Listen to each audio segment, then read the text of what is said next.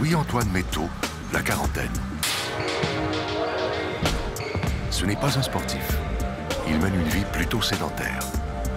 S'il court ainsi au pavillon de prévention des maladies cardiaques à l'hôpital Laval de Québec, c'est parce que son médecin l'a mis en garde. Comme bien des hommes de son âge, il est à risque de développer avec le temps une maladie cardiovasculaire. On n'est pas capable de prédire aujourd'hui quelle personne va faire un infarctus. Lui qui va prédire ça en faisant des prises de sang, ça va être le prix Nobel de la médecine. On va prendre votre pression. Parmi les facteurs de risque de M. Métaux, il y a le surpoids, une tension artérielle trop haute et le fameux cholestérol, dont le taux est un peu élevé. Bon, venez-vous-en, M. Métaux, ça c'est le moment de vérité. Pour le moment, pas question de donner des pilules. Ce qui est le plus efficace pour réduire les risques d'un infarctus, c'est changer son mode de vie. Toutes les études le démontrent. La première chose à faire, là, c'est de faire prendre conscience aux gens qui font pas d'activité physique puis qui mangent mal. Ça, c'est la première affaire à faire. Changer ses habitudes de vie. Louis-Antoine Métaux s'y est mis. Il a bien l'intention de réussir et d'éviter ainsi la prise de médicaments. Allez. Il doit perdre 10 kilos, environ 20 livres. Je suis aidé par ma famille. Mes filles me surveillent, m'encouragent, ma conjointe aussi. Alors, j'ai tout le bagage qu'il faut pour reprendre en main là, mon poids pour qu'il soit vers là-bas. Allez, filles! Go, go, go, go, go! Notez que M. Métaux est un homme en santé. Avoir un taux élevé de cholestérol n'est pas une maladie. C'est un facteur de risque de maladie cardiovasculaire. Un facteur parmi d'autres. Bon, Macatou. Et contrairement à ce qu'on pourrait penser, ce n'est pas le plus important. Il existe 3 facteurs de risque qu'on ne peut changer. L'âge, le sexe et l'hérédité. À partir de 50-55 ans, la maladie cardiovasculaire peut faire des ravages. Cette maladie est plus précoce chez les hommes que chez les femmes. Avant la ménopause, les femmes souffrent rarement de maladies cardiovasculaires. Et l'hérédité. Nous ne naissons pas tous égaux face à cette maladie. Ces facteurs sont irréversibles. On n'y peut rien.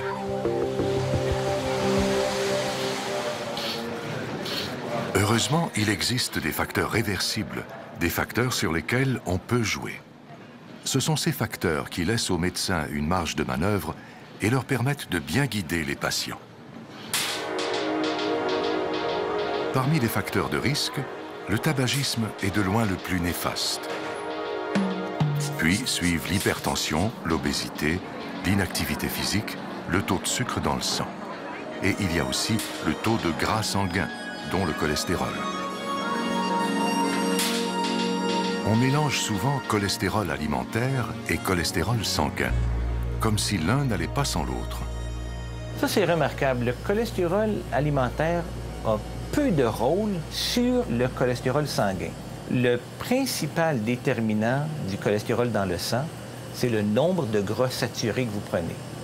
Donc, ceux qui sont qui vont souvent aux fritures, aux aliments riches, aux crèmes glacées, aux gros fromages, bien, c'est l'une des causes principales d'un cholestérol élevé. Donc, l'alimentation est très, très importante, mais le cholestérol alimentaire n'a pas un rôle énorme à jouer. Et je pense que même un œuf par jour est tout à fait acceptable. En mangeant plus de légumes, de fruits, en limitant les gras trans et saturés, M. Métaux peut espérer réduire le cholestérol que produit son foie. Il faut comprendre que le cholestérol, là, c'est nécessaire à la vie, là. Vous avez des hormones stéroïdiennes, la testostérone, c'est fait à partir de cholestérol. OK? Alors, le cholestérol, vous ne pouvez pas vivre sans ça. OK? Mais c'est comme n'importe quoi. Trop, c'est comme pas assez, c'est dangereux. Le cholestérol peut prendre bien des visages. Il y a le HDL, le bon cholestérol qui ne cause aucun problème, et il y a le LDL, le mauvais cholestérol. C'est lui qu'il faut craindre. Dans le mauvais cholestérol, il y a des mauvais cholestérol, puis il y a des mauvais cholestérol.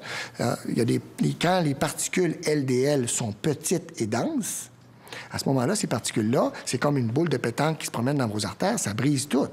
Tandis que s'ils sont grandes et joufflues, c'est comme un ballon de plage qui se promène dans vos artères. Alors ça, c'est moins dommageable. Ça reste du mauvais cholestérol, mais c'est moins mauvais que d'avoir des boules de pétanque.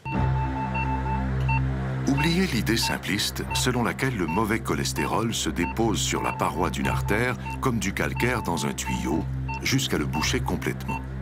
La réalité est beaucoup plus complexe.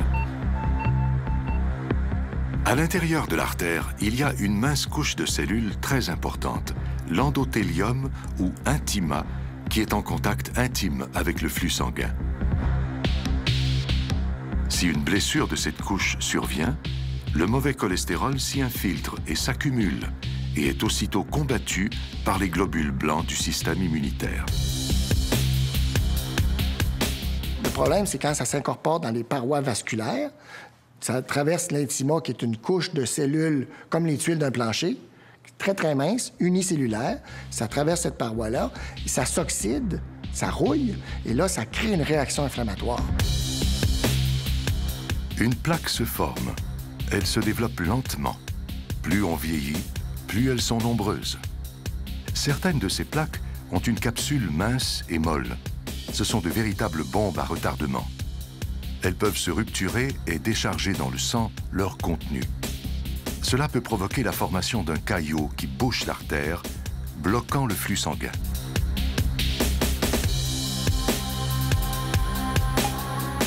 Si cela se produit dans le cerveau, c'est l'AVC, l'accident vasculaire cérébral.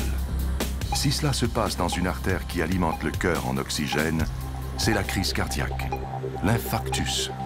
50% des gens qui ont un infarctus en meurent. Fait qu'on va prendre un tour de taille. Il existe un facteur de risque de maladie cardiovasculaire très visible, le tour de taille.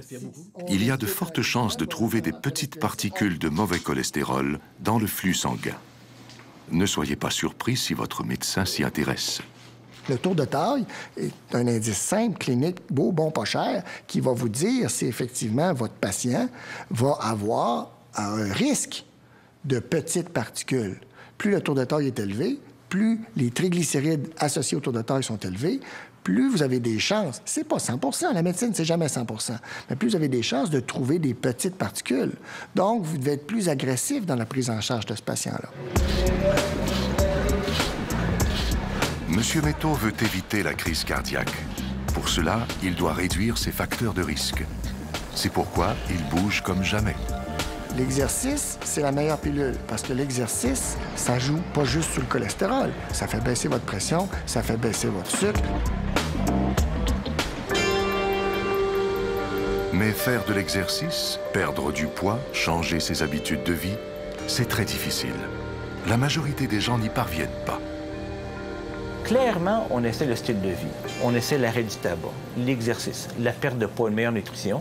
Mais après 1 an, 18 mois, 2 ans, si ça ne marche pas, on doit faire un choix avec l'accord du patient de des fois traiter ce patient-là d'une façon médicamenteuse. C'est pas l'idéal si le patient ne fait pas les changements de style de vie, mais parfois on est pris entre l'arbre et l'écorce où le patient ne veut ou ne peut pas faire les changements nécessaires, mais son risque reste accru.